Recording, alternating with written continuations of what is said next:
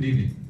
I'm Chris Reinhardt, a Master of Architecture student at Ball State University, and we are delighted to be here tonight and to share with you the work of our team, which we're calling Forest Refuge Home. And I'm Luke Camp, also a Master's of Architecture student at Ball State, and we're excited to share with you how we transformed a spec home into a zero energy ready compliant home.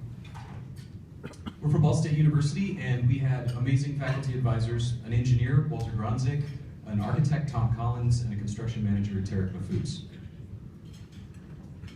Chris and I are part of the academic team as well as two others who are back in Muncie, but our team wouldn't be where it is without the help of several other consultants who helped us do some energy modeling, lead analysis, and financial analysis. We'd also really like to thank our industry partners who made this project what it is. When we started the project, we approached a number of builders in southern Indiana, and Lauren Wood came forward with both a lot and a spec home he intended to build on that lot. And so we worked with him throughout the process to transform that home into a zero energy ready home. And our supporting partners, they've fed back to us throughout the process, sometimes casually with conversations over the phone and the internet, and sometimes with targeted feedback based on our design. So our first design goal is to positively influence a home that is already slated for construction. Second, we're looking to focus on methods that can be performed in-house by our industry partners. Third, we want to make a high-performance home that appeals to the target market. Fourth, we're looking to create regional connections in Bloomington and central Indiana. And fifth, we're working to build excitement in Bloomington not just for this single home, but for zero energy ready homes in general.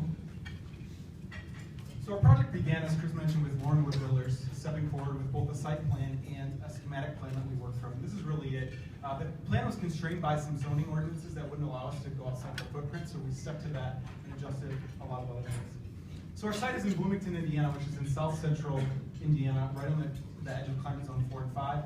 And a few things after some climate analysis were true. First, solar shading is going to be necessary. Second, 6 mild months enabled us to look at the outdoors as another option for living. Third, strong temperature swings with the winter and summer are important, and we have to recognize those. And fourth, solar is viable, even though we're under the Department of Energy recommendation of 5 kilowatts per meter squared per day. So this is our site. We think it's pretty impressive, and it laid forth the vision of this project, which to us is a forest refuge, or a place for privacy, a place to hide. So we began with a few design goals. First, to shelter this home from the road. We wanted to keep the private space to the front and move a lot of the public space to the back for views especially.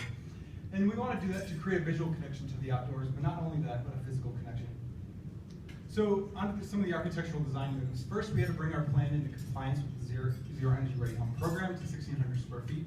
Second, we had to look at the glazing situation and bring it from over 30% under 15%. Third, we're looking to create livable space on the south side with some excellent views to the outdoors. And fourth, we're looking at how to create functional space in a really tight plan. Moving to the outdoors, a few things that stand out. As I mentioned, we wanted to bring the street, keep the privacy of the street and move a lot of the public space to the back of the house. And so we moved almost 80% of the glazing to the rear of the home. We tried to define space at the entry by adjusting the roof to create a sheltered entry. By reducing our plan down to 1,600 square foot, it opened up some space in between the garage for a screened dog trot. We looked at solar shading options in the rear of the home to shade almost 80% of all the windows in the back of the house. Finally, we looked at outdoor living options by expanding the deck to create more livable space to the outdoors. And then finally, looking at solar production and how we can optimize the angle of the roof for PV production. So Chris is going to talk about the interior design now. Thanks, Luke. So on the left, we see the plan presented to us by Lauren Wood Builders, and on the right, we have our transformation of that plan. We took what was conditioned space and we turned it into this outdoor space to help us meet those prescriptive square footage requirements. We also adjusted the circulation, which we'll talk about when we talk about the kitchen. The deck is clearly a really strong feature for this house, and it started as 2 decks with 7 separate connections to the deck through sliding glass doors. We made that 1 deck and simplified the connections to eliminate both the cost and the excessive glazing of those sliding glass doors. In the kitchen, we had a linear kitchen that had the refrigerator tucked in the northwest corner, and we adjusted that to an L-shaped kitchen. And what that did for us is it really made more efficient the kitchen work triangle. We reduced the number of steps that people need to take there. And now we'll talk about why we shifted that circulation. Originally, a lot of the north part of the kitchen was really just lost to circulation. we were able to work in a pantry in the north. So in the private areas, we had bedrooms that were entering off of public space and private space. We adjusted that so they both enter off the private space. And then finally, we moved the bathroom off the northeast corner of the home. We were able to reduce the length of pipe by more than 10 feet between the two farthest fixtures. So here we are in the house, looking both further back inside the home as well as out to the covered space and the nature beyond outside. And here we are seeing that we did retain a lot of glazing on the south side to keep that visual connection to the nature outside. Appliances, of course, are Energy Star, and we paid special attention to the range hood, which is connected with an interlocked damper to bring fresh air into the home to maintain the pressure balance in the home. We got a lot of information, so we're going to keep going quickly. Our industry partner helped us a lot with constructability, and we wanted to make sure this home was easy to construct for his teams. So we looked at two different options, and settled on the second one because it was, while it did increase our HERS score of a point, it helped us reduce a lot of material and labor cost. We looked at a zip sheeting system for the outdoors to align our moisture and air barrier, and our builder has also had experience with this, so that was another point of selling.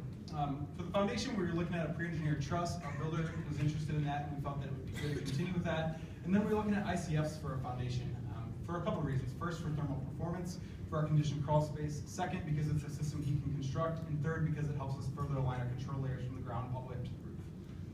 So these are some of our control layer joints. I won't go into too much detail, but essentially we paid a lot of attention to how we can carry these control layers all the way over from the walls to the roof.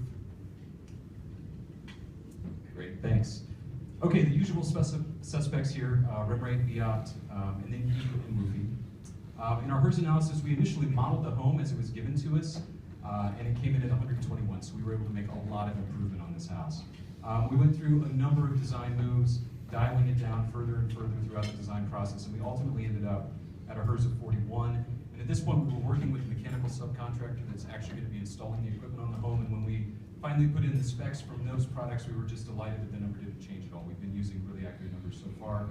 And then with a 6 kilowatt array, we get that down to -3. We looked at moisture and dew point in the beginning. That was with arithmetic and graphical analysis, and then later it was with WUFI. And basically this confirmed our decision to use the 2x6 OV framing rather than the double stud wall, as well as the thicker sheathing to make sure that our wall is durable. Also, we looked at passive survivability and found that our home stays within those ranges of passive survivability. Fasten your seatbelts, we're going to go through the rest of this really quick. All right, HVAC, we started by modeling our home and rim rate, and then eventually had conversations with our industry partners, and finally selected an air source heat pump, primarily because our system was so small that that's really all we needed. Inside, ducted mini split, the usual dual zone control. Duct layout, we use our foundation, our conditioned crawl space as a thermal capacitor so that we can really exchange air in the crawl space before conditioning it and sending it through the home. And then hot water, we looked at a hybrid heat pump, but ultimately selected a Renai tankless unit because of our builder citing some maintenance and durability issues with that. We looked at a hot water recirculating system with on-demand operation to further push the efficiency of our linear system. And then finally, looking at interior air quality from a durability standpoint and an occupant standpoint. So obviously sealing our envelope is important. Looking at how we can mitigate contamination, and then finally how we can build right and ventilate tight, or build tight, ventilate right with whole home and localized ventilation. Awesome. So now let's do the numbers. We worked with Griffin Realty to understand the Bloomington market. Our construction managers developed a cost estimate. Our home is clearly higher than the average, but that's because we're delivering more health, more comfort, and lower utility bills.